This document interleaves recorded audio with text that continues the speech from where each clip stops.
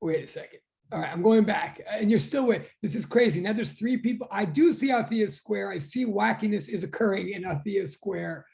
I'm feeling even more wacky than usual. Then I am not even. Okay, I think I know what she's. All right. Hold on a second. I'm going back. I'm starting again. This is a little crazy. Hi, John. Hello, Alona.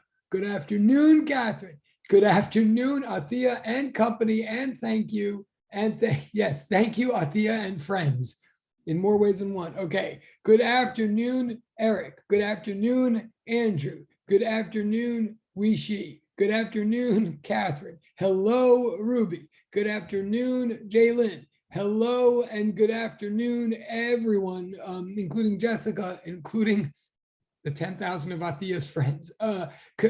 Wait, is it really 10,000? All right, we're going to check this in a second. Thank you, Alona. Wait, we're going to check this in a second. If that's really. Good afternoon, Z-Min. Good afternoon, I think she's saying yes. Althea is saying something. All right, good afternoon, Lisa. Good afternoon, Alyssa. Good afternoon, Elizabeth. Hi. All right, I'm just going to, hi, Leslie. I'm just going to say hi, Leslie. Hello. Yes, hello to Ruby's friends, her beautiful friends. Good afternoon, Alea. Good afternoon, everyone, including Rachel. Oh, wait, more people are coming in. Hold on. Okay. Hi. This is where it gets crazy now. Yes. Hi, John, and hi, Rachel. Hey, Rachel, and I am laughing out. Yeah, wait, more people are coming. Okay. Good afternoon, Rose. Hi, Michaela. Good afternoon, Mark. I had a very interesting, unusual weekend. Thank you. I have no idea why I would say that, but it would be true. Hi. Oh, now I'm totally confused. Okay. Hi, Nick. Oh, Nick is with us here. That's what we're saying. Oh, I think I understand. Okay, cool. Oh, okay. Wait, direct chat. Pardon me for 1 second. Let me just.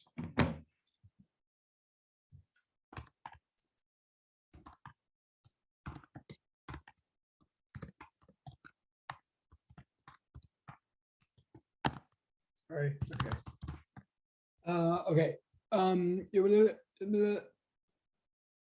Oh, John, when is homework 4 due? Unless I did it wrong, it's meant to be due. Homework, it was posted today, I believe. And we're going to talk about that. But to answer John's chat question, homework 4, and correct me if I'm wrong, someone confirm or deny, but it should be due. Homework 4 is a week from today. And we're going to start actually talking about it in 2 days. Like, we're finally catching up with ourselves, or caught up with ourselves pretty much. Therefore, that's why I posted new homework. And it's a very fair question on John's part, but to try to be clear, homework 4 will be due a week from today. But the good news about that, and homework 4 is like not a joke. It starts to get into more quantitative stuff. Like, we're going to start, as I've been suggesting, we're going to start getting thicker and thicker, possibly even faster and faster. It will look more and more like what maybe you think physics is supposed to look like, more mathematical. However, we're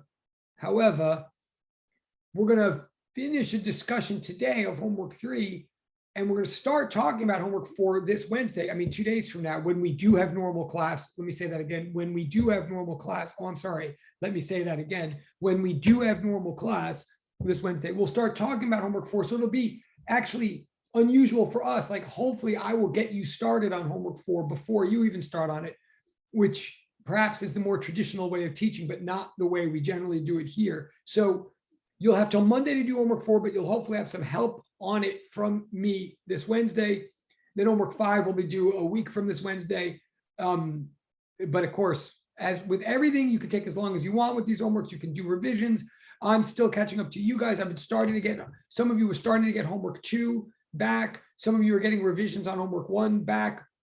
Some of you still have, I know that some of you still have not even gotten homework 1 back. I know that is based largely on the alphabet. It's not based on anything personal.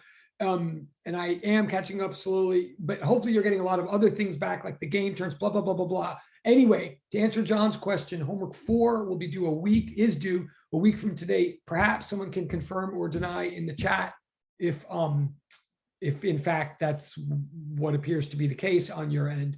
And then homework 5 is due a week for Wednesday. All right, I'm gonna go back to the chat. And as always, if John if John puts in the chat like, yeah, got it, thanks, or confirmed, obviously he gets points for closing a conversation. If anybody else wants to confirm not anything of points, I know it's all about points. It's all about points and subs these days, apparently. Good afternoon. So back to the chat. Good afternoon, Starnisha. Hello, John. Oh, he asked a question before. Hi, okay. Hi, Nicholas. Hello. Good morning. Yeah. Or afternoon, depending what time it is. So Nicholas is now in his own special box square, I think. Wait, I think that must mean he's got his own. Yes, he does. Yes. Okay, cool. And thank you for showing all the video. Okay, so that was that. Wait a second. All right, I'm gonna check this. Now I'm dying of curiosity. Because of what he just said. All right, I'm gonna keep going in the chat. I'm not gonna do physics today, believe it or not. Oh, and someone's here. Let me let them in. Sorry. I can't believe what's really appalling about all this. I cannot believe I was publicly described as having ADHD. I mean, I can't believe someone actually described me as having ADHD. I mean, oh my God, it is 10K. Okay, all right, whoa. This is all very weird, people.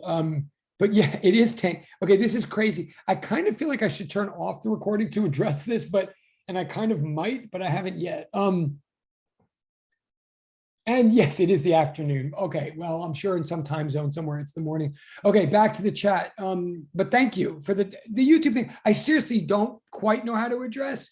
It is all very, I do feel like I want to address it in more ways. I don't want to spend the whole class on it, but I do thank you guys. You definitely have thrown me. And let's be clear about this. Okay, I'm going to say, because I still might be arrested or something, or, because this is all very nice and bizarre and unprecedented. Just to be clear, since this is for posterity, like, I think you guys are getting A's. Okay. The reason I'm not going to go to jail, like, I don't quite think I quite said what it quite appears to be the case that I said, but I also have lived long enough to know that, when people say they didn't say things, even as they're saying that they didn't say them, they're saying them, right?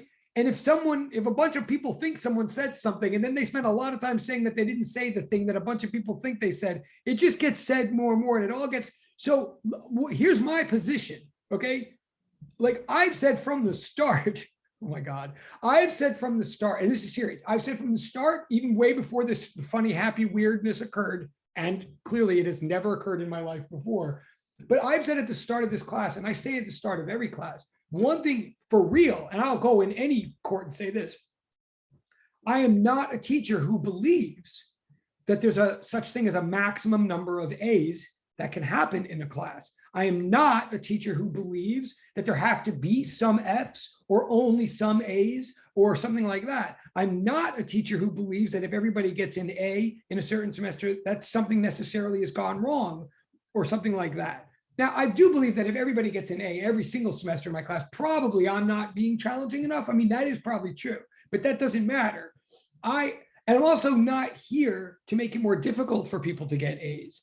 I do believe that my job, like, all joking aside, my job is to help you all try to get A's. And if everybody does get an A legitimately, if they all actually get an A on all the work, and I'm giving the same work that I usually do, but you get an A because we all helped each other and we all helped each other learn physics, then that's a good thing. I do certainly want to say that. Like, I want everybody to get A's by whatever means. It should be legitimate means.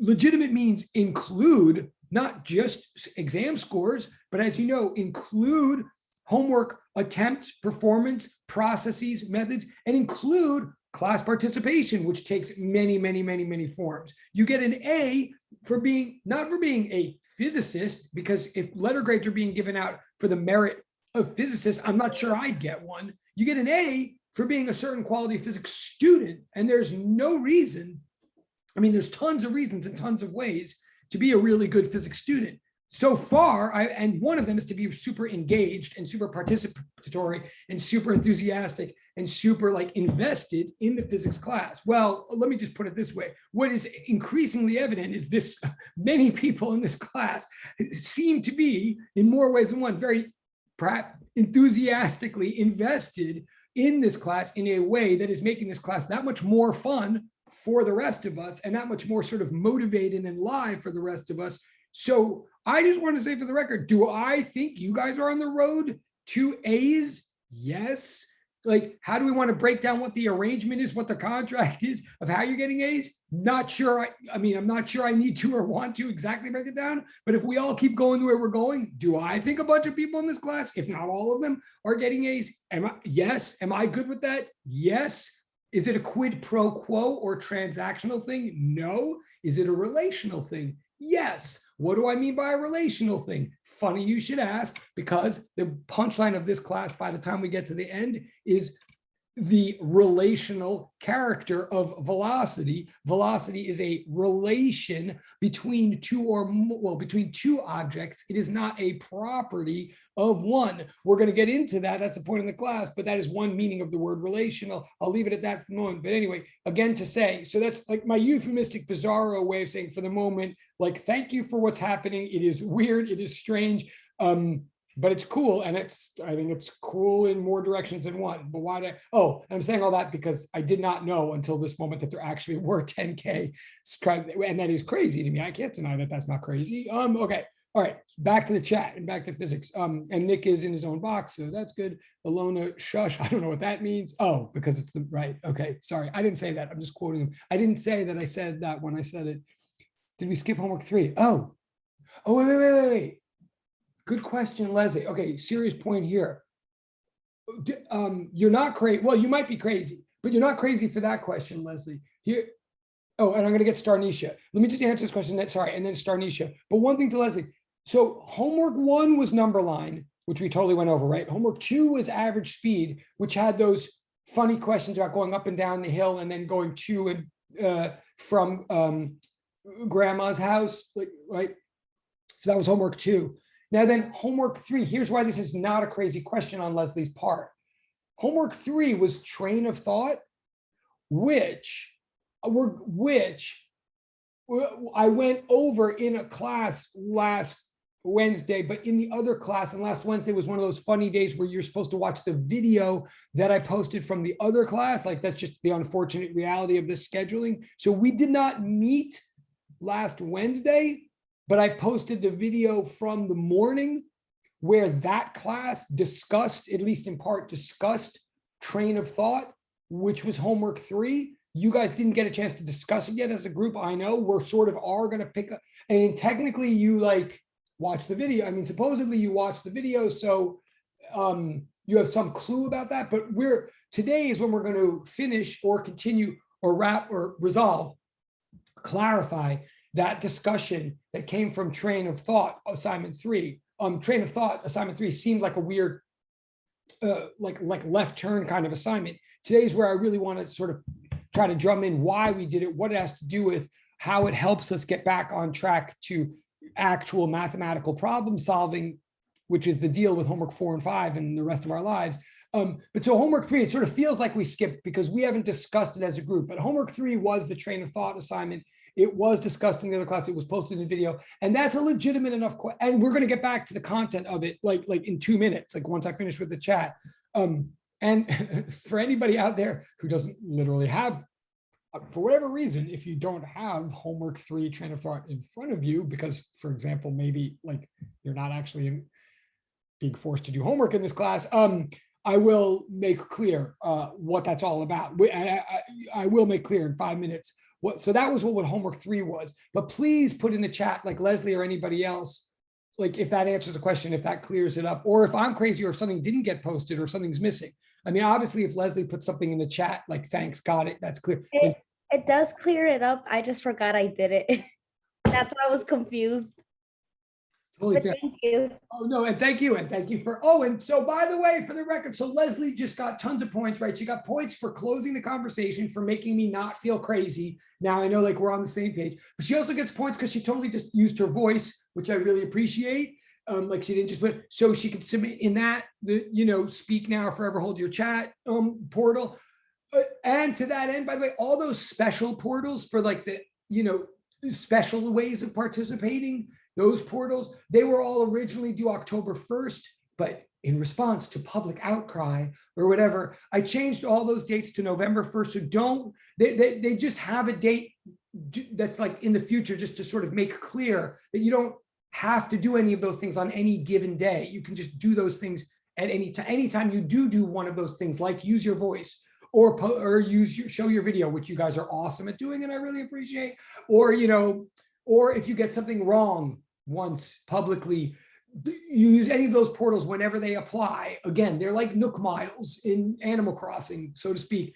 So they're due November 1st, just to say you could do it at any time. And probably once we get to November 1st, I'll probably push that deadline again. It's sort of arbitrary. But yes, so that's awesome. Thank you, Leslie, for clarifying. Also, it's also not coincidental that Leslie would even ask that for even one moment, because like I haven't given back homework 3 to anybody. So of course everybody forgot that they did it. I mean, that's on me. That's my bad. All right. So I'm sorry, Starnisha, you have a question. I'm sorry. I think. So for next week, we don't have class at all, right? Because the 11th is a holiday, and then the 13th is our off day that we watch the video. Wow. Great point. Okay. First of all, I need to open up a new portal for things like that. So Starnisha totally gets great points. I need to open up a portal for correcting my stupidity, which we don't have one yet, but okay, wait, backing up. That's a great point. I also now understand John Ford's question better, I think.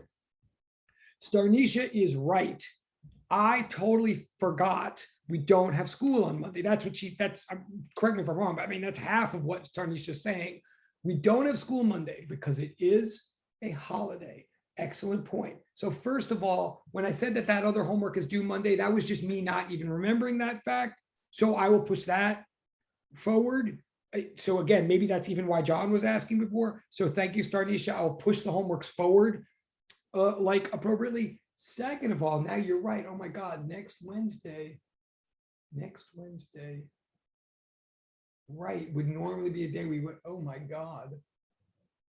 Yeah, I mean, definitely Starnisha's not crazy. What she's saying is definitely all right. But it's so correct that it sort of disturbs me. Like I kind of don't want to go a whole week without class. So I have to think about maybe if I can do something funky about Wednesday. But she's totally right that normally speaking, we keep following the rotation. We definitely do have class this Wednesday, like tomorrow, in 2 days.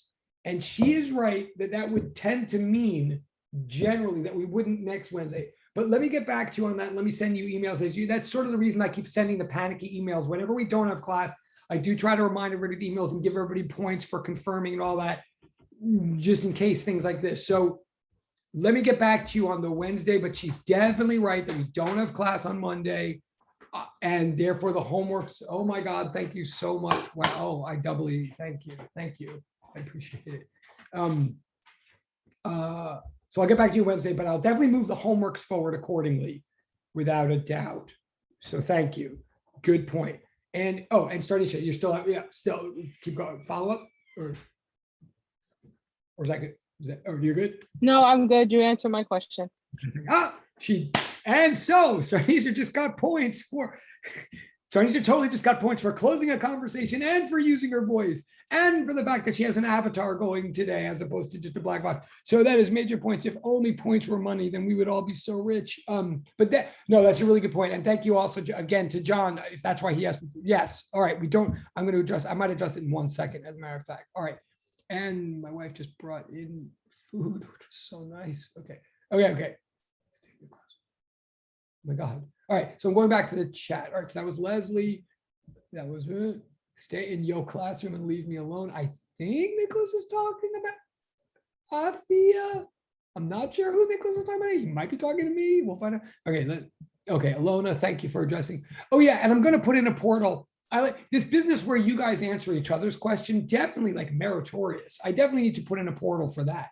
In fact, I want to make the portal start because you guys clearly get the portals, the game portals, I mean, and I want to start making them more complex, like multiplayer, like interaction portals for sure. But okay, I don't know if you did, Chris.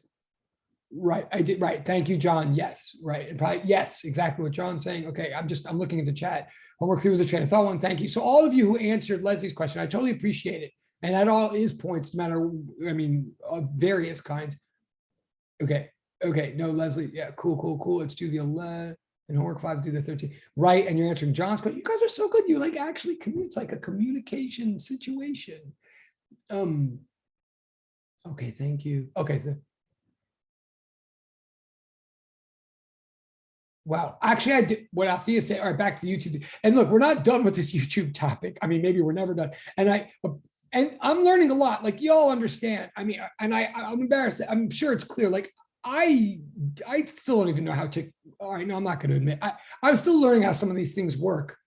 Hello, I'm old, so I'm not even sure I totally know what that means. What Althea is saying. I'm also trying to respond to all the notifications, and that's why I'm not grading any of your homework, because I'm just sitting around responding to messages on you. No, that's not true. Okay, Mitch. Okay, so Maisha is here.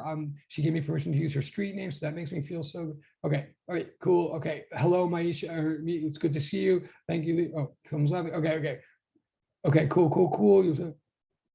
Oh my God. All right, thank you, Nicholas. I'll take that. Thank you. Sorry, but you're not even knowing what I'm looking. I'm looking at the chat right now again, and we are going to do physics in a minute. And I do want to be careful. Again, also the tricky thing about all of this is, I'm sure you all understand. I mean, first and foremost, you are paying tuition to be here. Like I get that, to say the least, right? And you're getting a grade and all that. So like first and foremost, my priority is to actually educate you. I mean, I hope, and we don't want that to get diluted. But that's very nice, Nicholas. Thank you. Okay, someone said that. Okay. Uh-oh, you're quoting me on something. I don't know what you're quoting me on, but now oh my God. Okay, much. All right. No, this at some point we have to turn off the recording. I mean, this whole YouTube thing is a wackadoo. We need a scribe. Okay. But I do want to teach physics in a minute, so I'm just trying to get to the thing is you don't know in the chat whether the question is going to be about physics or what. No, that's true. Okay. Yeah, this whole TikTok. I mean, obviously, I've never done. I mean, the whole TikTok. I mean, yes, go TikTok. I mean, I guess I now have to subscribe to TikTok. I mean, I feel indebted to them now, which is weird. Okay. Yes. Okay. So, serious question to Catherine. Yes, you can definitely submit homework redos. And here's the thing, guys. Seriously, first of all, yes, you can totally submit homework redos. You can submit any homework that's been assigned.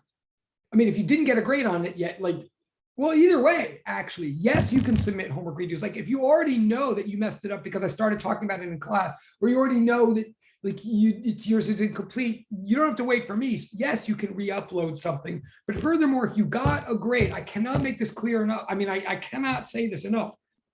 And I believe this from the bottom of my heart, like seriously, like the grades on homeworks are total allowable possible points there for your to the taking. I mean, as long as the portal is open, as long as the portal is there, whatever score you ever got, is just an indication to you that of what more can be done in order to get the full score. You can resubmit at any time and as many times as you like until you get the full score. That is for real. That is a promise. I mean, that's across the board, really. And if anybody's ever thinking well, that seems weird, then that means anybody and everybody could get 100. If we just keep resubmitting, don't we all just automatically get hundreds on everything? Well, here's the deal with that. Yes, except it's not automatic because you have to keep doing stuff in order to get the hundreds on. But if you do all the work in the course and you keep killing yourself to do all the work as perfectly or as well as I'm asking you to do it, then you would get 100 on all the work in the course. Now, there's still exams. Okay. I mean, you can't, this doesn't apply to exams, and it doesn't apply to labs because I'm not your lab instructor, but to everything else, yes, if you keep submitting, you can eventually get 100 on everything. And yes, If you really, really do that, you probably can get enough hundreds and enough points to compensate for whatever ever goes wrong on an exam, which is why it is within everybody's power to get an A in this class. It is set up so that you can get an A if you really, really want one and are really willing to keep working at it to get. Like, yeah, that's the deal. The only limiting factor is that you have to, putting aside the YouTube business, like you do have to keep doing the homework in order, you know, revising it and making it good in order to get all the points, but you totally can, and then you totally will. And let me say again, for the record, one of the reasons I can keep doing a system like this is if you get an A in this class, and I mean this seriously again to everybody, and with or without this whole funny YouTube thing that's happening, if you get an A in this class, it is because you did everything, or you did enough constructively, you invested enough constructively, and you engaged enough constructively enough to learn enough physics and get better enough at physics to get an A. Even if 90%, and sometimes this happens and sometimes it doesn't, but even if 90% of the class gets A's, it's not a gift. It means that 90% of the class did what they needed to do to earn an A. And let me just tell you, for real, everybody, again, and obviously I want to get back to the subject, but I've been doing this long enough and at different schools enough to know that the reason I can keep doing that, and that if you do get an A, it means you earned it. And it doesn't mean you're Einstein. It doesn't mean you're Galileo. I'm not Einstein or Galileo. Like, getting an A in physics doesn't mean you got the Nobel Prize for physics achievement. It means you got an A for physics scholarship. It means you did really well at learning physics, which means helping other people learn and getting better at it and getting smarter, right? The reason I can do a system like this and be as happy as I can be for as many people as possible to get A's, like as they do, the reason is, between you and me, and you all know this in your hearts, is that no matter what I say, no matter what I do, like, even if like I get misquoted, and even if there's exaggerated, bizarro arrangements, no matter what, somehow there are always enough people in the room that, for whatever reasons, some legit, some not, there are always enough people in the room that literally somehow cannot manage to do even the bare minimum to complete the course requirements and even pass at all. And I don't mean this to say about anybody specifically who's like here right now. Probably if you're even listening to me right now, probably you're not one of those people. But every semester, no matter what, there's a handful of people who cannot meet even, or do not meet even, the minimum requirements. And even with warnings or help or encouragement or mitigating circumstances, their numbers end up like adding up to F's or D's or whatever. And because of that, the system continues to be legitimate, because that continues to prove that in order to get an A, you actually have to do something. You can't just automatically get it for existing. And that is, and I'll say this quickly too, that is the same deal of why this degree that you are all working very hard to get, and I mean this seriously also, every one of you who's in this room, I mean, who's in the Zoom room, every one of you is in a program at John Jay that is really hard. And you're at an institution that is, at least for this program, really hard. Every one of you is doing, and I know that. I know we've talked about this before, but believe me, I don't think I could even do, I've done some hard things intellectually in my life. I'm not sure if I could do the program that you're all doing, and I'm not kidding. Like, because you're being asked to do a lot simultaneously. You're being asked to be intellectually like enlightened and like learn about like fundamental lab skills from the 17th century and learn about quantum mechanics in PChem from the 20th century, but you're also being taught and being asked to like have enough practical, like 21st century, like utilitarian skills to actually go out there and be able to get a job in like forensic science or crime solving or blah, blah, blah. Like, you're basically, all of you are in a traditional liberal arts program and a tough, like militaristic trade school at the same time. I don't know if that's ever occurred to you, but it's true. You're all at a trade school and a liberal arts school at the same time, being asked to fulfill the requirements of both of those programs at the same time. I'm not sure if I could have done that. I think it's really hard. And the reason that you guys, when you finish this program and get your degrees, the reason you will get jobs and will get into graduate schools, and the reason you'll deserve that is exactly this. The reason is that for every 7 of you who do get a degree and graduate and all of that, one person or so doesn't finish. right? There are always people who don't finish this program. That shows it's not a joke. That shows in order to do this program, you got to do something, because if you don't actually finish. And I don't want that to be any one of you sitting here. But we all know that every one of you, if you haven't hit already, is going to hit a moment where you're like, oh my God, is this worth it? Oh my God, is this program worth it? Can I even do this program? Do I even belong here? Is this worth it? Almost every one of us hits that moment at some point. The question is, should I go on? And by the way, the answer, whenever you hit that question, should I go on? The answer is yes, because as long as you do, then it's all worth it, precisely because some people answer no. If that makes any, same thing in this class. The reason the A's are not a gift is that no matter what I say, no matter what we do, some people are going to get F's. And that's what makes the rest of the A's legit. Okay, enough on that. Okay. So yes, you can, as long as the portal is open, you can submit homework redos to the cows come home. Dead serious, absolutely yes. And on top of that, if I haven't even returned some of them yet, how can I hold you? How can I say you're too late if I haven't even returned them yet? So, I mean, especially if you haven't even gotten some back yet, yes, you can keep submitting homework and keep trying to get those points till the cows come home. I'm done with the cows. Oh my God, we have to talk about physics. Okay, I don't even know what Leslie's saying in the chat is. You won't be, I won't say that there's a test. I mean, there will be a test, but you won't be surprised by it. We'll talk about that. Oh, yeah, according to Athea's thing, evidently maybe, but let me get back to you on that. I'll post something this Wednesday about that. I know that's very sad to me. Okay. My son. Oh God, that is possible. My interesting. I haven't seen it yet, but I do have two sons, and one of them is 17, and one of them is very YouTube like plugged in. It's totally possible that he can't. I do have a son who might. I haven't seen it yet, but I'm scared if he did. But okay. Oh yeah. Oh my God. Yeah. Okay. That is my son. Totally true. Okay. Yes. We'll talk about that more later. But yes. And if he's listening, he probably wouldn't. Well, that's a whole other thing. Way before there was YouTube or all that, my son, my 17-year-old son used to sit in physics class after physics class after physics class with me lecturing. I mean, in real life when he was like 4. I mean, because I had no coverage for him. So he would just sit and let me, he got babysat by lecture halls for a long time and labs. I mean, the guy knows more physics than I do at this point. Okay. How do you resubmit? Oh, how do you resubmit? Literally, if you've already gotten a grade back, all you have to do is there's a resubmit button. There's a re-upload button or something. I actually got, someone asked me about this right after class last time and I got confused, but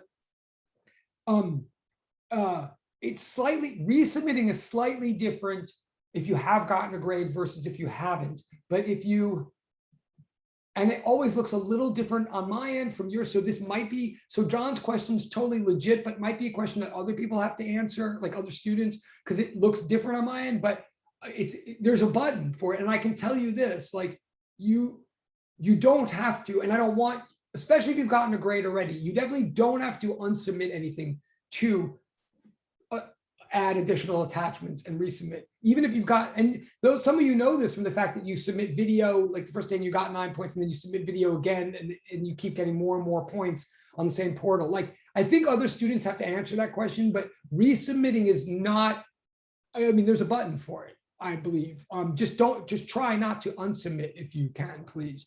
Okay, but sorry, okay. You can use, okay. I'll address the TikTok thing later because I don't even know how to, okay. Oh, okay, there you go. Thank you, Nicholas. Wow, so you guys are catching up with it. Thank you, Nicholas, for answering John's question. Okay. Wait, I don't even, oh my God. Okay, I don't even get that. Okay, oh my God. Okay, I'm ignoring this. Oh, there you go. Thank you, Althea. Thank you. Okay. Oh, okay. Rachel's question is very fair. Sorry, and I know also this is like, did someone say I have ADHD? Why would you say that? Oh yeah, because I said it and because it's true. But other than that, why would you say it? Fish. But Rachel's question is very legitimate. In the, I mean, not in the chat. Is it Rachel's question? Yes. Okay, it's a little off topic, but the topic is a little off topic. And yes, I would like to get back to topic. But here's a quick. So Rachel's question is about when are we going to have an exam? And I don't remember if someone asked this last time. Okay, I don't want to get too into that right now but it's a fair question. So here's the fast answer. Probably, well, I would have said 2 weeks from this Wednesday, except I was totally forgetting that we didn't even have school next week. So probably it's 3 weeks from this Wednesday, so probably, I mean, but it's not going to happen without like group consensus, honestly. I'm not going to just like drop the date on you. We're going to make sure you don't have conflict or like a organic chem test that day or blah, blah, blah, blah, blah. You can start thinking and expecting that it's probably going to be 3 weeks from this Wednesday, 3 weeks from this Wednesday. But I also just need to remind you, but you'll know in advance, you're going to get a practice test a week in advance. You're going to get a test that that doesn't get graded. That's just for your benefit. That is 90% identical to the actual test. Like you'll see the test a week before you actually take it. Honestly, we'll talk about that.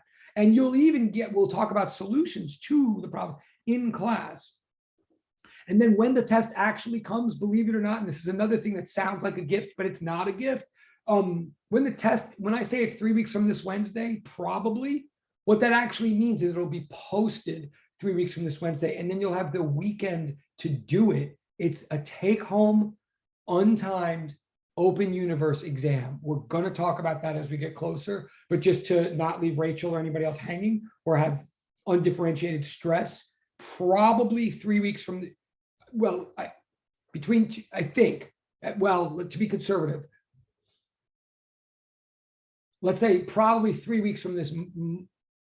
Well, no, I guess I have to say probably 3 weeks from this Wednesday. Don't quote me on that. Don't quote me on YouTube on that, but probably 3 weeks from this Wednesday, and I will get back to you, is when the test would be posted. Then you have the weekend to do it and turn it in by Monday. A week before that, you will get a practice exam, like a copy of what it's going to look like, the format, the actual questions, like you will, and we will talk about it as we get closer. But that's a probable prediction, just to answer Rachel's question. Also note, it's a fair question because yes, we have a midterm, but we only have one midterm in the semester, and then we have a final. So yeah, we do have to have it somewhat soon. So fair point, but I'll get back to you. Okay. Right, maybe it's not off topic, but okay. Fair enough. Thank you. Okay. Thank you. Okay. Mainly crying for this too. Oh yeah, crying is work. Crying takes work. Okay, I don't know what the wow is, but cool. Okay, thank you. No, cool, thank you. Okay. That's a fair question, especially sorry. The quick thing to say, also why it's fair that Rachel asked that and why I wanted to answer right now. Here's the thing with all of my apparent generosity or all my, what's the word? Like flexibility and generosity when it comes to homework and all that stuff. No, it's true with exams, yet sometimes we might, if there's time, we might do one round of test corrections. Certainly there's usually extra credit associated with the exams. And there's a lot of help going into the exam. Like again, you'll get a practice exam and it will be take home. I mean, the actual exam will be take home and all that. But to be honest, no, the one thing about exams is they are rigid. I mean, the way I grade them is rigid. Like then whatever score you get on the exam is the score you get on the exam. And I don't usually give infinite opportunities to like get all those points back. The exam score is like a real traditional score. It's also why we have all this other padding and all these other environments. And like, just to be clear, often the scores on the first physics exam of Physics 203 often are not high. I mean, I'm not trying to scare anybody, but often the mean on the first exam is like 65 or 71 or something like that. Now, again, the grades all work out very nicely in the end if everybody does what they're supposed to do and does everything else stuff. But often people do get low scores on the exam. And that's why, but then there's extra credit and stuff like that. But that's why we have all these other systems in place and stuff. So no, just to be clear, you don't have, and the exam, you have to be on time. The exam, like if it's due that Monday, whenever it's due, and you'll have plenty of notice and plenty of clear communication. But if it's due Monday the blah, then you do have to turn it in Monday the blah. And there is not a lot of leeway about that. We'll talk about it. But yeah, exams are exams, at least in terms of the way they count. Okay. Yeah, fair enough. Fair enough, direct message person. Yes, let me get back to, Okay, fair enough, John. Yes, when you hit resubmit, don't get rid of, whenever you resubmit, when you resubmit, don't get rid of the old stuff. Don't destroy your own work. It's like cutting off your own arm. Like it's all progress. But yes, okay, cool. But yes, when you take exams, you're going to do exactly, all these homeworks are like practice for the exams. That's exactly right. The exam is just like one big homework that counts a lot more heavily. So yeah, all these methods, the homework, I mean, the exams just look like homework, and you just do it out as carefully and thoroughly according to our 5-step method as you've been doing here. That is the point. That's right. That's why I give you infinite chances on the homework, because I want you to get it right in time for the exam. Yes. Okay. Yes, right. Thank you, Alona. Totally right. Yes. No, exams are not during class time. They're take home, and you usually have like 4 or 5 days. And you can take them in completely untest conditions. We'll talk more as we get there, but it's going to sound like a joke to you when you hear it, but it's not a joke. But no, exams you do, they're just like big assignments that are, and then you submit them to Google Classroom, but then they're just like, they count as a test. Okay. Cool. Okay, I think we're good.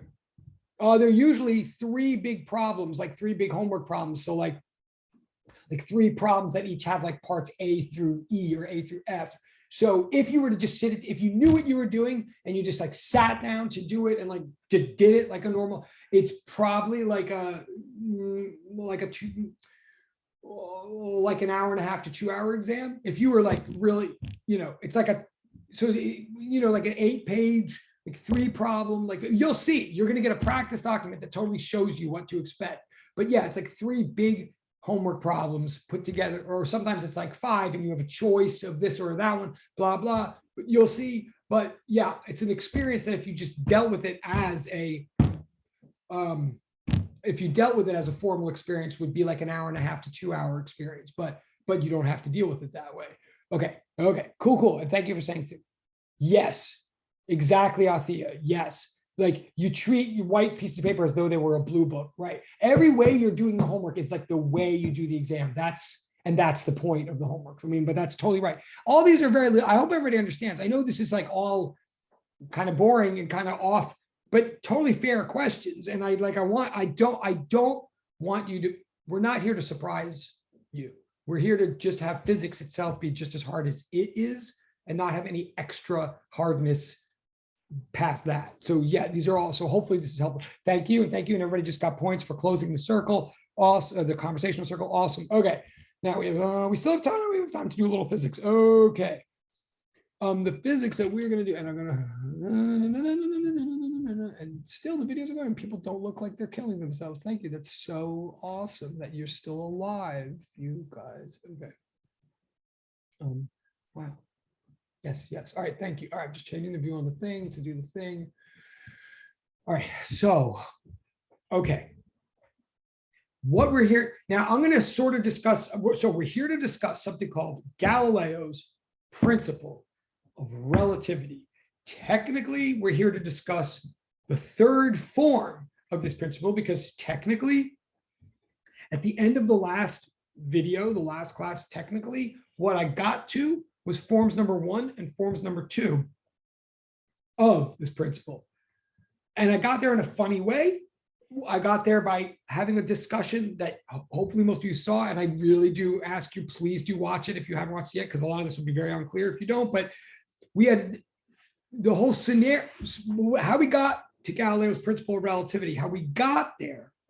Quick summary is, we had a hypothetical thought experiment. We considered this hypothetical scenario of being on a train in the middle of the night, waking up, finding yourself on this train, not even sure if you're waking up from a dream or you're waking up into a dream or whatever. And it's like a really smooth train. It's like an A train, and it's like the middle of the night. And if that's too and it's so smooth and it's so sort of symmetric, right? Like seats are facing this way, that way. The windows are dark. Everything is sort of so symmetric and smooth, again, because it's like the middle of the night, because it's the A train and it's going from like 59th Street to 125th Street or something, like it's going express. So there's not a lot of bumps or lurches or turns or changes of speed. There's not much indication or physical felt evidence of motion right now. Again, this is a hypothetical.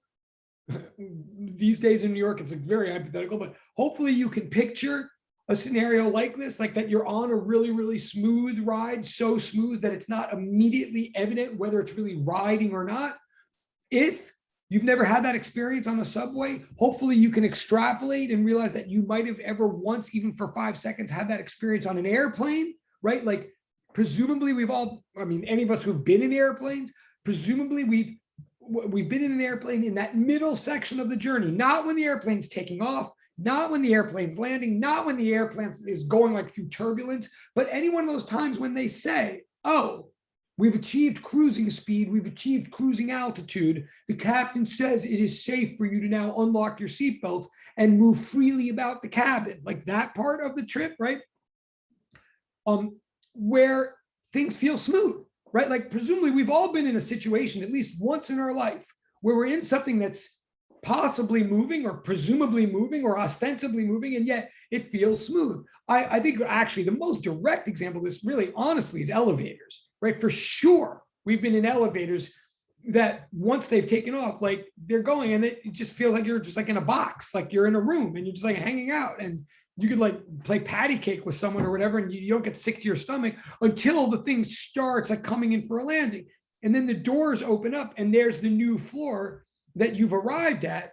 And we all like intellectually know somehow that we've traveled from the first floor to the 11th floor or whatever. But it often can really feel as though the 11th floor was just brought to you, right? And in fact, I'm sure you've had that experience where the doors open up and you see the floor kind of like coming down and like settling. You were going up, but you see the floor coming down. And like, what I'm trying to appeal to is hopefully we have all had an experience or on the highway, in a car, or whatever, where at least for 1 second, the question of whether we're actually moving or not is unclear.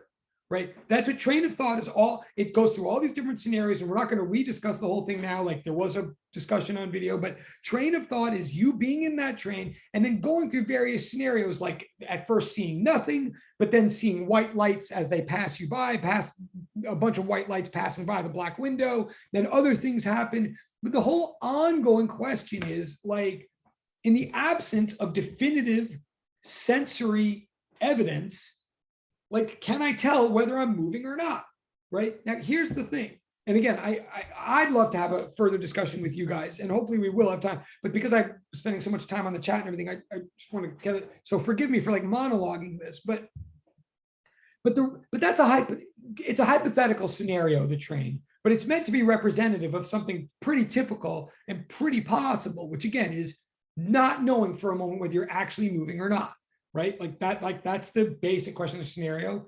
And what it's trying to get at ultimately, this thought experiment of being in a train, it's actually, it's trying to get at like, how do we exactly figure out whether we're actually moving or not, especially in scenarios where, or especially in contexts where there doesn't seem to be a heck of a lot of sensory evidence to suggest motion, but there's some reason to believe there might be motion, or the reverse. Like, what do we do in scenarios where there is sensory evidence to suggest motion, but we didn't think that we should be moving? Again, like example, which I think, bring up in discussion, like I've definitely had, now again, okay, I'm a little crazy. I'm a little bit like, woo, I understand that. So maybe this is only me, but I've had the situation where I'm on the highway in my car, right? And so there's lots of traffic and I'm like stuck in traffic, like on I-95 or whatever.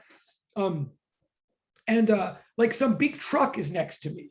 Right. And maybe I'm driving, or maybe I'm not even driving, but like, let's say I'm driving and then it's like I'm spacing out because I've been in traffic forever, whatever. And then all of a sudden I see the big truck behind next to me, like recede into the background, like start slipping back. And I'm like, for like 1 second, I'm like, oh my God, did my foot just slip off the brake? Oh my God, am I going forward when I shouldn't be? And then I realized like, oh, no, I'm like totally fine. It's just that the truck is moving back. Right. Or the reverse. I can think like, oh, that truck, that's weird that the truck, and then I'm like, oh no, it turns out that I was moving. Like I've had that confusion. Maybe it's just me, but I feel like it is plausible to at least for one moment not know whether you're moving or not, and then somehow try to resolve it in your brain. Like, of course, I generally resolve it in one way or the other. I'm like, oh no, oh yes, or oh no. Somehow my brain resolves the confusion, but there is that confusion for one moment. And what I ended up saying last time, what I'm trying to say is there's a real reason to try to actually probe this moment of confusion. The moment of confusion does not represent just the fact that I'm crazy, or if you've ever had that moment of confusion. It's not that you're crazy, and it's not a moment of confusion that should actually be dismissed. when you resolve that moment of confusion and go, oh no, actually the elevator went up, it's not that they brought the floor to me. That's fine that you resolve that and you move on with your life, but you shouldn't then infer the fact that I was confused for a moment doesn't mean anything. It just means that I was confused. No, it means that there is something deeply confusing about the notion of motion in the ocean. Like there is something at play. The fact that we can get confused at all indicates something important. And what I tried to conclude last time is this train of thought, sure, it represents a whole host of other situations like elevators or airplanes or cars, but it represents something even more historical and more fundamental than any of those vessels. What the train of thought really is a metaphor for is the mothership itself, planet Earth, right? Planet Earth. Like, let's get it straight. I mean, again, I know I sort of said this at the end of the video last time, but like, I look down at my feet on the ground and the ground is as stable gets. And I'm a pretty unstable guy, but I still feel pretty stable on the ground. And I'm sitting on the ground, like doing my thing, normal, like I'm like, my wife just brought in food. I've got food here. I'm like eating it, blah, blah, blah. I'm talking to you guys, sitting on the ground. My stomach doesn't hurt. I don't feel dizzy. And if I were to stand up and jump up, I would not expect the wall of my room to slam me in the butt, right? Like, duh, why would I, right? But yet, ever since third grade, I've made or had my kids made like solar system models with like a bunch of fruits and stuff like that, in which, or with respect to which, we say like, oh, in the universe, there's like the sun over here, and we're on this Earth that is spinning around its axis all the time, spinning around its axis all the time, and revolving around an Earth, revolving around a sun all the time, right? Like that's what we say. We learn this from third grade on. We learn that the floor that feels totally stable and totally solid, firm to me, is evidently all the time moving past the axis of the Earth at speeds of upwards almost 1,000 miles an hour, and faster and faster as we get closer and closer to the equator. Like at the equator, it's almost the speed of sound, for heaven's sake, is what, I mean, if you look it up, like that's what we're told. And worse than that, we're told that we're standing on an Earth that is always, always continuously sliding past the sun at speeds of upwards of 65,000 miles an hour. Like that solar system project that you do with fruits where you say the Earth goes around the sun, the Earth goes around the sun. That means we're believing that we are going around the sun all the time at 65,000 miles an hour. That is freaking fast. Like I know when I was younger and I sort of accepted this like, oh, the Earth goes around the sun. Well, first of all, I actually wasn't smart enough or critical enough or scientific enough to go, wait, really? Like, wait, why don't we feel it? Like I should have. I'm sort of ashamed of myself. But I know people that at least for 1 minute in third grade were like, wait, what? We're moving? Wait, what do you mean we're moving? Like we're totally not moving. Like I'm looking at the ground. It's like not moving. Like the trees are not moving. Like if we're moving, like wouldn't birds have a harder time flying west than they do east or something? Like if we're moving, like shouldn't the wall of my room slam me in the ass when I jump up? What do you mean we're moving? And anybody who's smart enough in third grade, even for a moment to go, huh? Like probably got shut down or probably shut themselves down by saying something like, well, I guess we're moving so slowly, we don't feel it, right? I mean, that's a pretty common thing to think or to say, oh, I guess we're moving so slowly, we don't feel it. Well, that would make sense, except for two things. One, it turns out it doesn't have anything to do, like, why should you feel fastness any more than you should feel slowness, for one thing? But more to the point, no, we're not moving. We're not moving so slowly. If you believe that we're moving past the sun, if you believe any of this, oh, okay, no problem. Thank you for telling me. No problem. Totally cool. Got it. Thank you.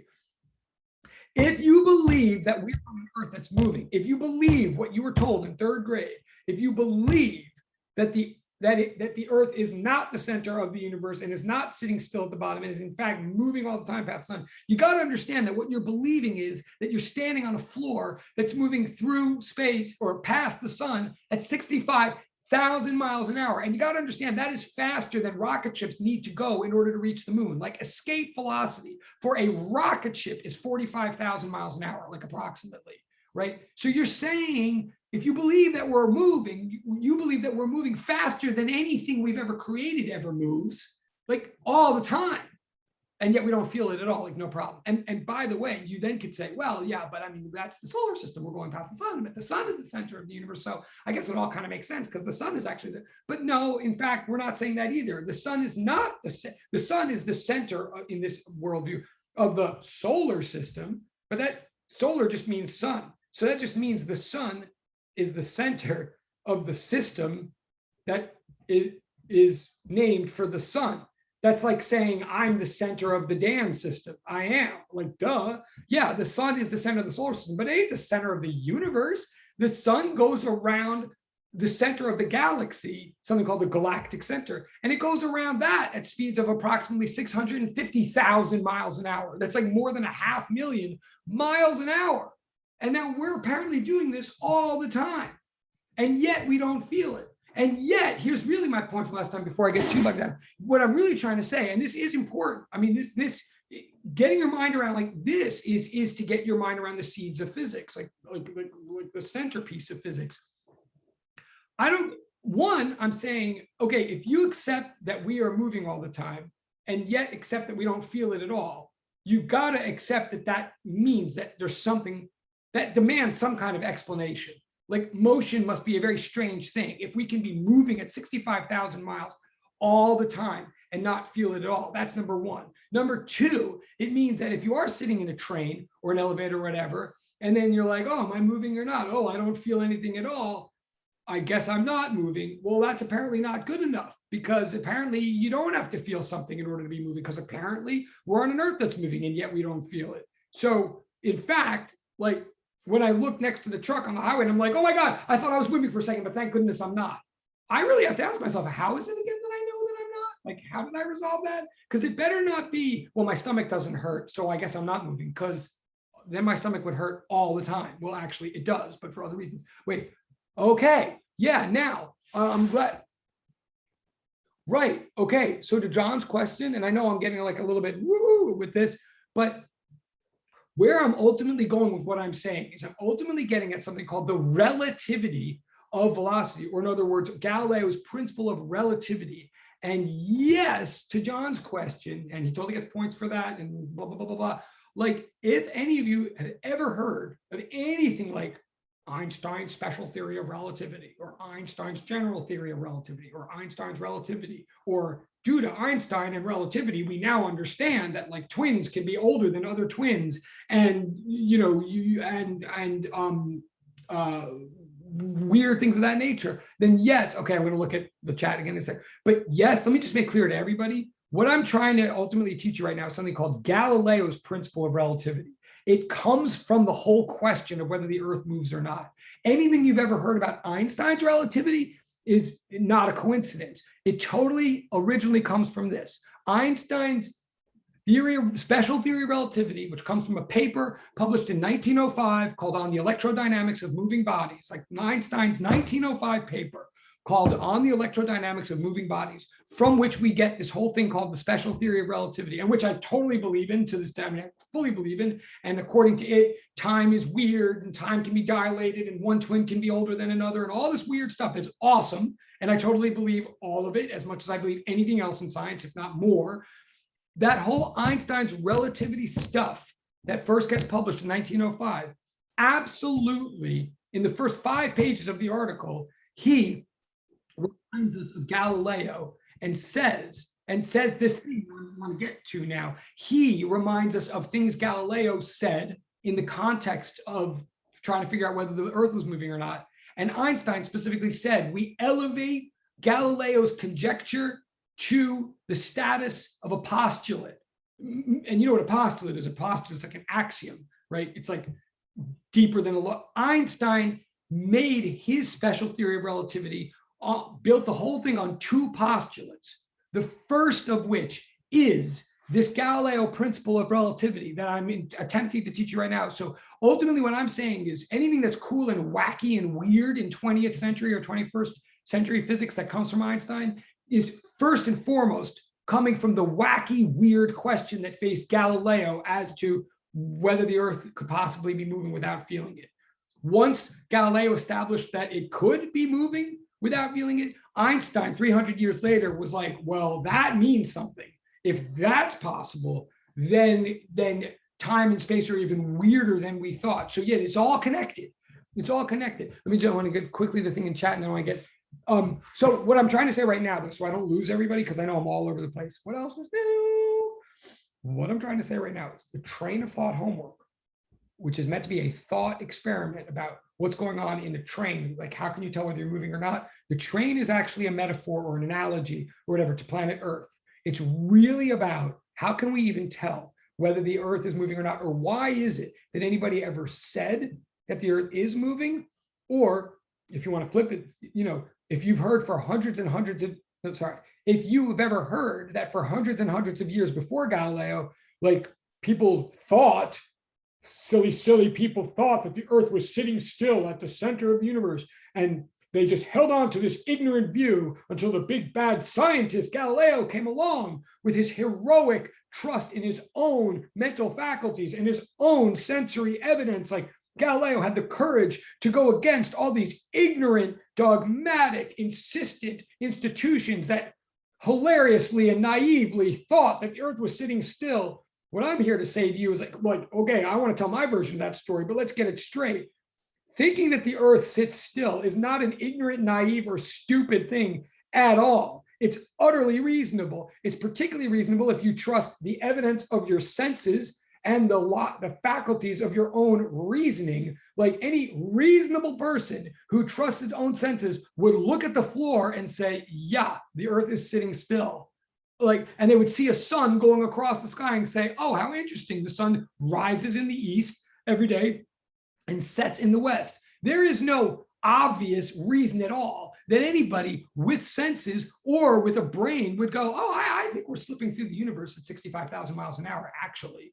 Like, right? Like, so what I'm really trying to get at is how and why does Galileo come along and get us to understand how it could be possible, not even definite, but possible, that we would be moving without feeling it. That's what we're getting at here, is the nature of velocity, of motion, as per Galileo. I'm going to turn the page a second, but I'm going to turn the page right now. Yeah, and I'm going to look at John's thing in the chat. One second. Get this up. Oh, wait, if the sun flew towards you, it would look like it moved real slow.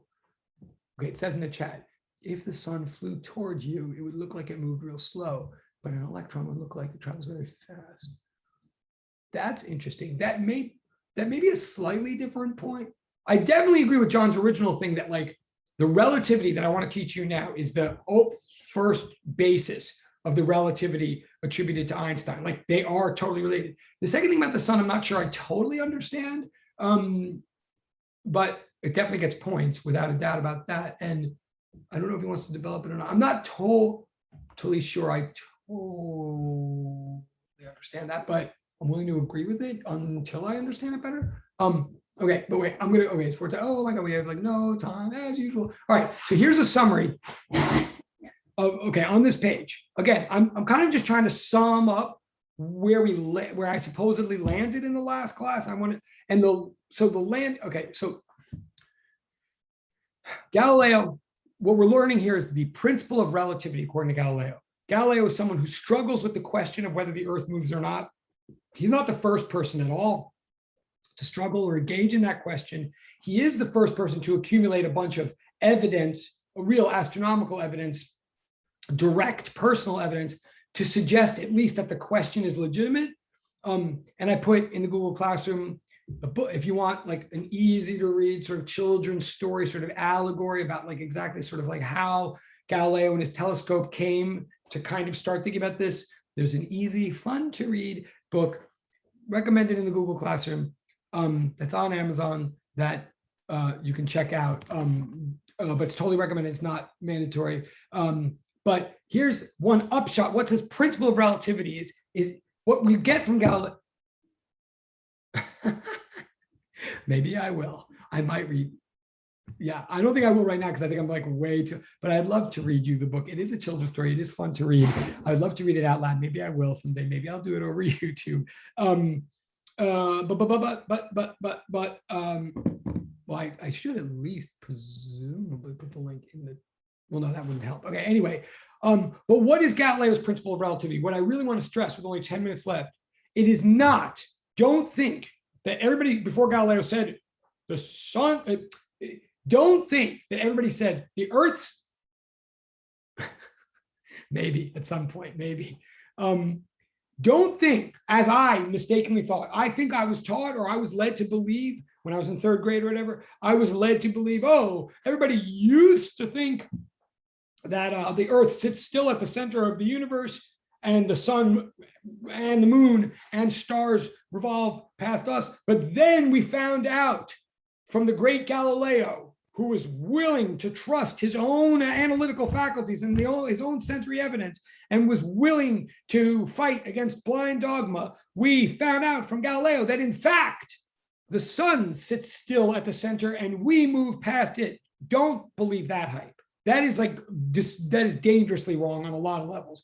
First of all, if you just accept that story, if you accept that the Earth is moving at 65,000 miles an hour past the sun, just because your teacher says that Galileo said it, then you're just accepting blind dogma, as I did in third grade, right? If you just accept that the actual answer is that the Earth is moving at 65,000 miles an hour because we learned about it from the hero of contemporary science, that's preposterous. Because, and he is my hero, don't get me wrong, Galileo's totally my hero. Well, yeah, exactly what Nicholas just said. And especially this premise. If Galileo is supposed to be a hero because he didn't just accept dogma and he actually collected data in a reproducible, controlled way, and he actually trusted the evidence and the data collected by his senses in a methodical, reproducible way, and then he actually trusted the faculty of his own rational mind, and he put that all together to come to a conclusion that did have the guts and the risk and the danger of going against an authority that he did really respect and accept money from. Like seriously, like Galileo was not a heathen. He wasn't like an anti-church guy. He was totally religious and funded by the church, right? But he did have the guts to eventually go against something the church said because he trusted his collected data and the rationality of his own mind. But if we sit here in this generation and we accept that he's a hero and go, well, because Galileo said it, then it must be right. Well, then we're just making the same mistake that we think that he's rebelling against. We can't just accept that the Earth is moving at 65,000 miles an hour unless something about either our sensory data or our rational faculties or both lead us to that, right? So it's number one, I'm totally saying, and I really mean this, like, don't misunderstand the Galileo story. Don't just make Galileo the next authority in your mind and honestly, I think it's why a lot of us get turned off to science in third grade. It's like fun to do science for a while. And then suddenly they're like telling us things like, and by the way, the Earth moves through the solar system. Next item of science, next. And we're like, or at least some of us are like, wait, what just happened? Oh, I guess science is like black magic now. Okay. I guess it's not about what I thought or what seems reasonable. It's just about like people are telling me because so first of all, don't do that. But second of all, let me really say, since I'm again running out of time, Galileo did not say that actually what's going on is that actually the sun is sitting still at the center and actually we are moving past it. What Galileo said is ultimately that there's no actually about it. Okay, I only have 6 minutes, so I'm going to like race through this. And I know there's stuff in the chat, but I'm going to ignore that for the second.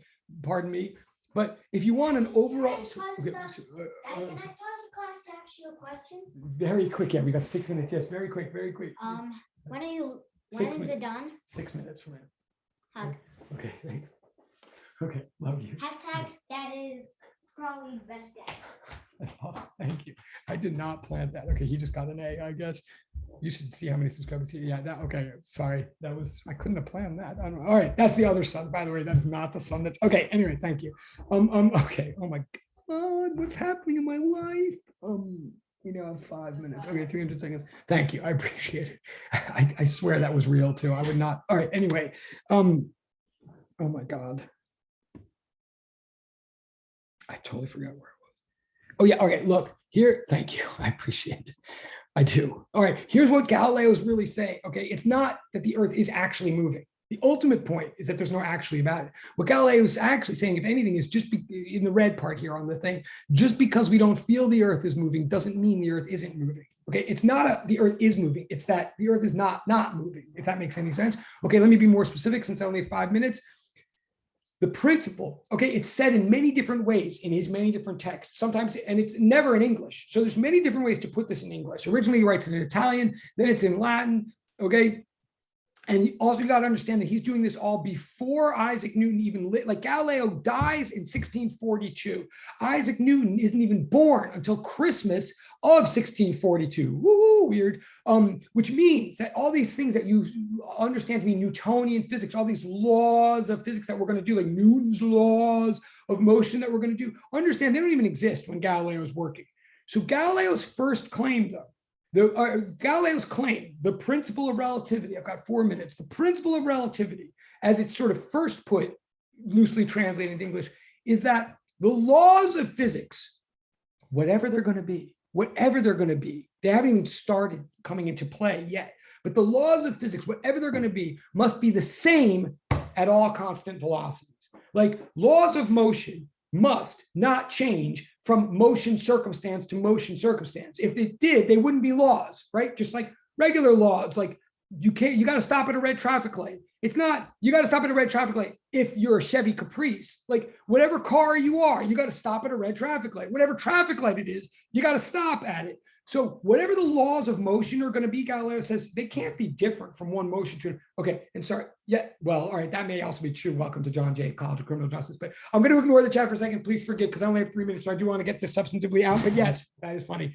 And I know there were other chats that I accidentally ignored. I apologize, and I'll stay after class for 3 minutes to answer anything. But the principle here is a very simple principle. It's almost impossible to argue. It almost seems obvious when it's written, and that means it's a good principle. It just, what isn't obvious is how much fruit it's going to bear. But Galileo says, look, whatever the laws of physics are, they're going to be the same at all constant velocities. They ain't going to change whether you're going 0 miles an hour, 5 miles an hour, or 500 miles an hour, or 65,000 miles an hour. The laws got to be the laws no matter what. Okay, that's the first form. That is form number 1 of the principle. That's like one way of saying it. The principle is just whatever the laws are, they're going to be the same. Even though I don't even know what the laws are yet, but if they're about motion, they can't change from one motion to another motion. Otherwise, they wouldn't be laws, right? But then that's form 1. And this is all in an attempt to explain how it could be that you could be on an earth not feeling motion, and yet anybody could. How could it be possible for someone to say that the earth is moving, even though we don't feel it? Well, the answer is, okay, sorry. And I'm totally ignoring the chat for a second. I'm so sorry. 2 minutes. Because we got a bunch of people saying to Galileo, like, how can you possibly say the earth is moving? Like, look at your feet. The earth is not moving. And Galileo says, well, perhaps, but look, whatever the laws of motion are, they're not going to change from speed to speed, right? He says. So then form number 2 says, look, therefore, any experiment you would ever do. Now, there haven't been experiments until Galileo, but Galileo is like the daddy of experiments, meaning controlled data collection procedures that are reproducible and isolate one variable from all the rest, right? Like, you know what an experiment is, the scientific method. We attribute to Galileo. He starts doing it. People have observed before, people have thought before, but Galileo is now developing a method for observation to couple with thought, a method that is so reproducible that what it's supposed to do is say, here, if you don't believe what I've just concluded, you do it. And you tell me, like, it's not about me. It's about engaging with the universe. Here's a universal method for seeing what the universe is communicating to us. It's called the scientific experimental method. So Galileo says, and forgive me, by the way, I may go like 2 minutes over. If you got to go, just go, and you can get the notes and all that. But I do want to like finish this. It's like one more page. If I go a little bit over, please forgive, and then I'll stop. But Galileo says, hey, look, because the laws are the same at all speeds, you cannot do an experiment to find out whether you're actually moving as a solitary object through space or not. Quickly, what I mean is you're on an airplane, you look up, you're like, oh, am I moving or not? It's so smooth, I can't tell. You look out the window and clouds are going past you like this, or you're in the subway and you look out and there's white lights going past you like this. So for 1 minute, you're like, oh, I guess I am moving because that crap is moving. Then you go, wait, actually, how do I know? How do I know that I'm moving east? Couldn't it just be that I'm sitting still and those lights or those clouds are moving west? Like, how do I know what's actually going on? So you say to yourself, I'll do an experiment, a very simple experiment with the laws as I know them right now. Like, I'll drop something, you say, and I know I'm going fast, it's 4:20, I'm just going a tiny bit over. I do apologize. If you have to go, go. But you say to yourself, let me do an experiment, not an exotic one, just based on stuff I know. Like, what do I know? I know about the law of gravity. Do I know all the math? No, but you too. Thank you. You say to yourself, I know that when I drop things, they fall directly below my hand, like they land at my feet. They fall in a straight line. That much I know about gravity. And I know that that's what happens when I'm just sitting around. When I'm just sitting around and I drop something, it falls in a straight line. So I say to myself, I got it. If I'm on this airplane trying to figure out whether I'm actually moving or not, you say, I got it. I'll drop something because I know what happens if I'm not moving. Have a great day. Yes, have a great day. And I promise to the rest of you, I'm just about done. I'm going to do this anyway, so you can watch it on the video later. Blah, blah, blah. But you say to yourself, I can't tell whether I'm actually moving or not. Like, I can tell that I'm moving compared to something else. I can tell that it's moving compared to me, but I can't tell whether I'm actually moving. I want to know, am I actually myself in and of itself? Am I moving or not? So you say, oh, I got it. If I were just sitting still and I dropped something, it would land at my feet. So I'm going to drop something. And if it lands at my feet, I guess that means I'm not moving. That's what you might think. But Galileo says, but you can't know. That's not going to tell you anything. You can't do that experiment or any experiment, like that simple one or any complicated one you come up with, because the laws are the same at all speeds. So even if you were going 100 miles an hour, the law of gravity would still be the same, and the damn thing still would land at your feet. Whether you were sitting still or moving, it would land at your feet, as it does when you're on an airplane, right? If someone says, pass the peanuts, you go here. You don't go here. Right? If you're on an airplane and you're freely moving about the cabin, you're acting like it's a freaking hotel room, because it is, because the laws of physics are the same no matter what speed you're going. Therefore, any experiment you do, okay, no, cool, totally, yeah, totally cool. No matter what you do, and thank you, passing away. Okay, whatever you do, whatever experiment you think of, it's going to result the same way no matter what, because the laws are the same no matter what. Therefore, you cannot do an experiment to find out whether you're actually moving or not. And therefore, and this is my final thing to everybody or anybody, therefore, form 3, and please do write this down, but you'll get the notes.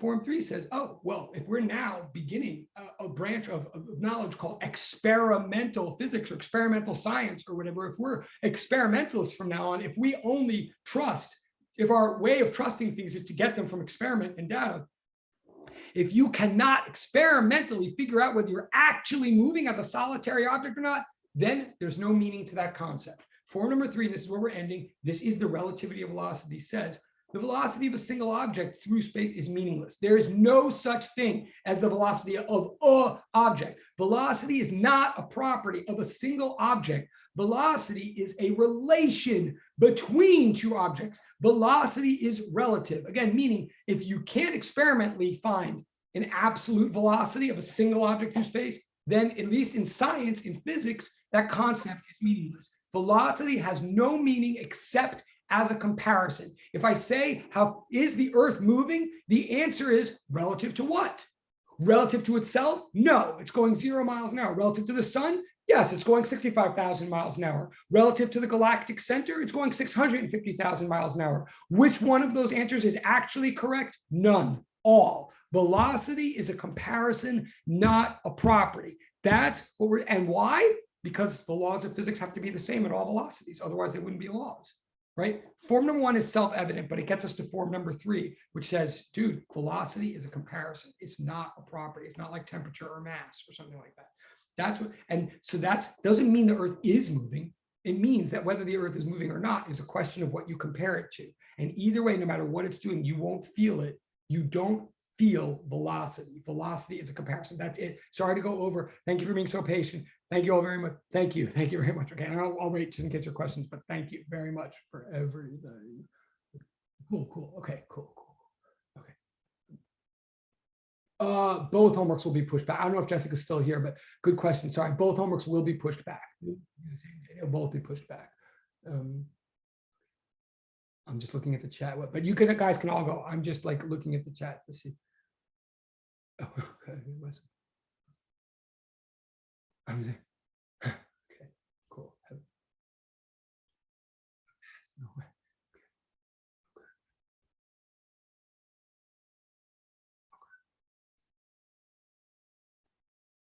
It's very nice of you to say. I appreciate it. Okay, thank you guys. Great. Oh, and good, Jessica. Okay, okay, cool.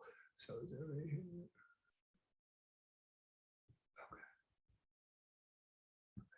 Oh, so, thank you, Jess. So you're good, Jessica and Elizabeth, you guys are okay. Thank you for being so patient. Sorry to keep you waiting. And I'll turn off this thing too.